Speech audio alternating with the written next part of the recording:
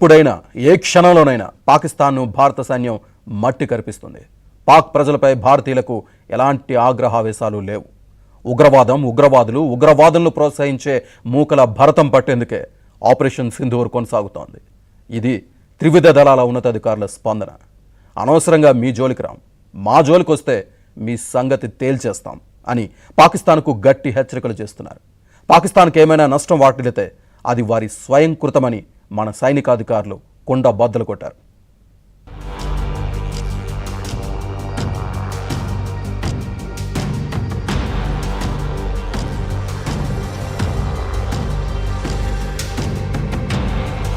పహల్గాం ఉగ్రదాడి తర్వాత పాకిస్తాన్పై operation Sindoor super success అయింది. పాకిస్తాన్లోని 9 ఉగ్రవాద స్థావరాలపై క్షిపణి దాడులు చేసిన భారత త్రివిధ దళాలు మొత్తం 100 మంది ముష్కరులను హతమార్చాయి. పాకిస్తాన్ సైన్యం జరిపిన ప్రతిదాడులను సైతం సమర్థంగా తిప్పికొట్టారు. లాహోర్, కరాచీ, రావల్పిండిపై భారత సైన్యాలు సమర్థంగా దాడులు నిర్వహించాయి. పాకిస్తాన్ ప్రభుత్వం ప్రతిదాడి చేయలేక చతికిలపడింది. పాక్ సైన్యంలో అక్కసు పెరిగిపోయి సరిహద్దులో నిరంతరాయంగా కాల్పులు జరుపుతూ 20 మంది పౌరులను చంపేసింది. మోర్టార్ దాడులతో ఆలయాలు, గురుద్వారాలను ధ్వంసం చేసింది. భారత దాడులతో ఉక్కిరిబిక్కిరైన పాకిస్తాన్ ప్రభుత్వం కాల్పుల విరమణకు ఒప్పుకొని దేశాన్ని కాపాడుకుంది.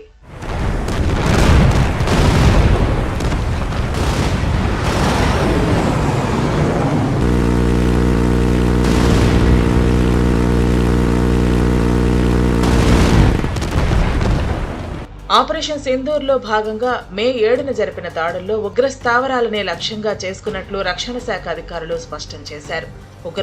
ఉగ్రవాదులపైనే తమ పోరు అని ఆపరేషన్ సింధూర్పై నిర్వహించిన మీడియా సమావేశంలో వెల్లడించారు. ఈ సందర్భంగా పాకిస్తాన్పై దాడుల వీడియోలను అధికారులు ప్రదర్శించారు. పాకిస్తాన్ సేనలు ఉగ్రవాదులకు అండగా నిలిచాయని, ఈ పోరాటాన్ని తమ పోరాటంగా మలుచుకున్నాయని వెల్లడించారు. దీంతో భారత సైన్యం ధీటుగా జవాబిచ్చిందని చెప్పారు. పాకిస్తాన్ దాడుల సమయంలో భారత గగనతల రక్షణ వ్యవస్థలు శత్రు దుర్భేద్యంగా నిలిచాయని, దాయాది ఆటలు సాగనివ్వలేదన్నారు. అనంతరం పాక్లోని నూర్ ఖాన్, రహీం యార్ ఖాన్ ఎయిర్ బేస్లపై దాడి దృశ్యాలను ప్రదర్శించారు. हमारी लड़ाई आतंकवाद और आतंकवादियों के खिलाफ थी, इसलिए 7 मई को हमने केवल आतंकवादी ठिकानों पर ही हमला किया था। पर अफसोस इस बात का है कि पाकिस्तानी सेना ने आतंकवादियों का साथ देना उचित समझा और इस लड़ाई को अपनी लड़ाई बना ली। इस परिस्थिति में हमारी जवाबी कार्यवाही अत्यंत आवश्यक थी और इसमें उनका जो भी नुकसान हुआ वे खुद इसके लिए जिम्मेदार हैं. పాక్ దాడులను మన సైన్యం ఎంతో సమర్థంగా తిప్పికొట్టింది. భారత సైనికులకు ఎలాంటి నష్టం వాటిల్లకుండా చూసుకుంది. అత్యాధునిక క్షిపణి రక్షక వ్యవస్థలతో పాక్ దాడులను ఎదుర్కొంది. స్వదేశీ పరిజ్ఞానంతో తయారైన ఆకాష్ను ఈ ఆపరేషన్లో సమర్థంగా వినియోగించారు. చైనా తయారు చేసి పాకిస్తాన్కి ఇచ్చిన PL-15 క్షిపణిని నేలకూల్చడం ద్వారా భారత సైన్యం సత్తా ఏంటో నిరూపించారు. ఇది ఉగ్రవాదంపై పోరులో పాక్ జోక్యాన్ని తిప్పికొట్టినట్లేనని ఇండియన్ ఆర్మీ చెబుతోంది. కరాచీ సమీపంలోని లక్ష్యాలపై సునాయాసంగా దాడులు చేయగలిగారు. అందుకు ఆర్మీకి ఇతర అనుబంధ విభాగాలు కూడా సహకరించాయి. हमलावर कोशिशें भी इस ग्रिड के कारण नाकाम हुई और जो बचे कुचे ड्रोन्स थे उन्हें हमारे शोल्डर फायर्ड हथियारों से मार गिराया गया. मैं यहां पर अपनी बॉर्डर सिक्योरिटी फोर्स की भी सराहना करना चाहता हूं. उनके डायरेक्टर जनरल साहब से लेकर बॉर्डर पर तैनात BOP पर पहरा देने वाले आखिरी जवान भी हमारे इस अभियान में बढ़ चढ़कर शामिल हुए और बहुत बहादुरी से उन्होंने हमारा साथ दिया.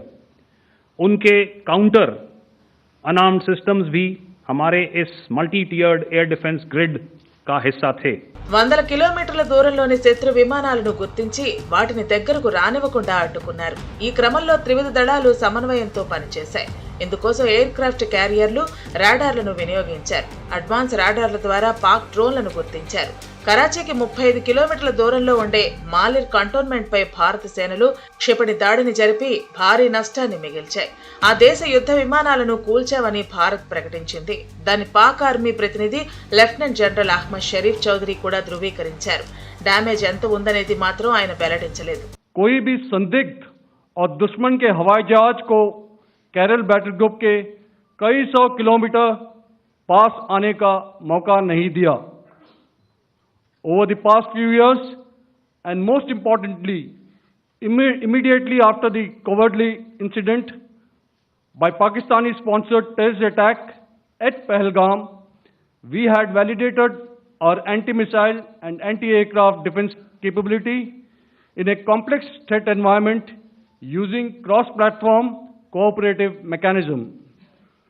Our powerful carrier battle group with formidable offensive capability was able to operate with impunity and maintained an uncontested presence in the area of operations. కత్తికి కత్తి ప్రాణానికి ప్రాణం అన్నట్లుగానే యుద్ధం సాగుతుందని భారత ఆర్మీ పెద్దలు తేల్చేశారు. దాన్ని క్రికెట్ పరిభాషలో వివరిస్తూ విరాట్ కోహ్లీ టెస్ట్ రిటైర్మెంట్ ను 1970 నాటి యాషెస్ సిరీస్ ను ప్రస్తావించారు. इंग्लैंड और ऑस्ट्रेलिया के बीच में आज शायद क्रिकेट की बात भी करनी चाहिए, क्योंकि मैं देख रहा था कि विराट कोहली ने टेस्ट क्रिकेट से रिटायरमेंट ले ली. कई भारतीयों की तरह वो मेरे भी फेवरेट क्रिकेटर हैं.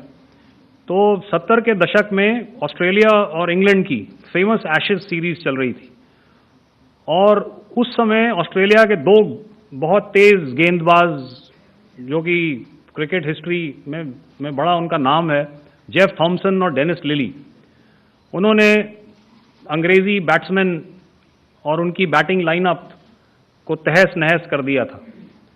और ऑस्ट्रेलियंस ने उस समय एक कहावत निकाली थी, that from ashes to ashes and from dust to dust, if Thommo don't get here then Lillee surely must.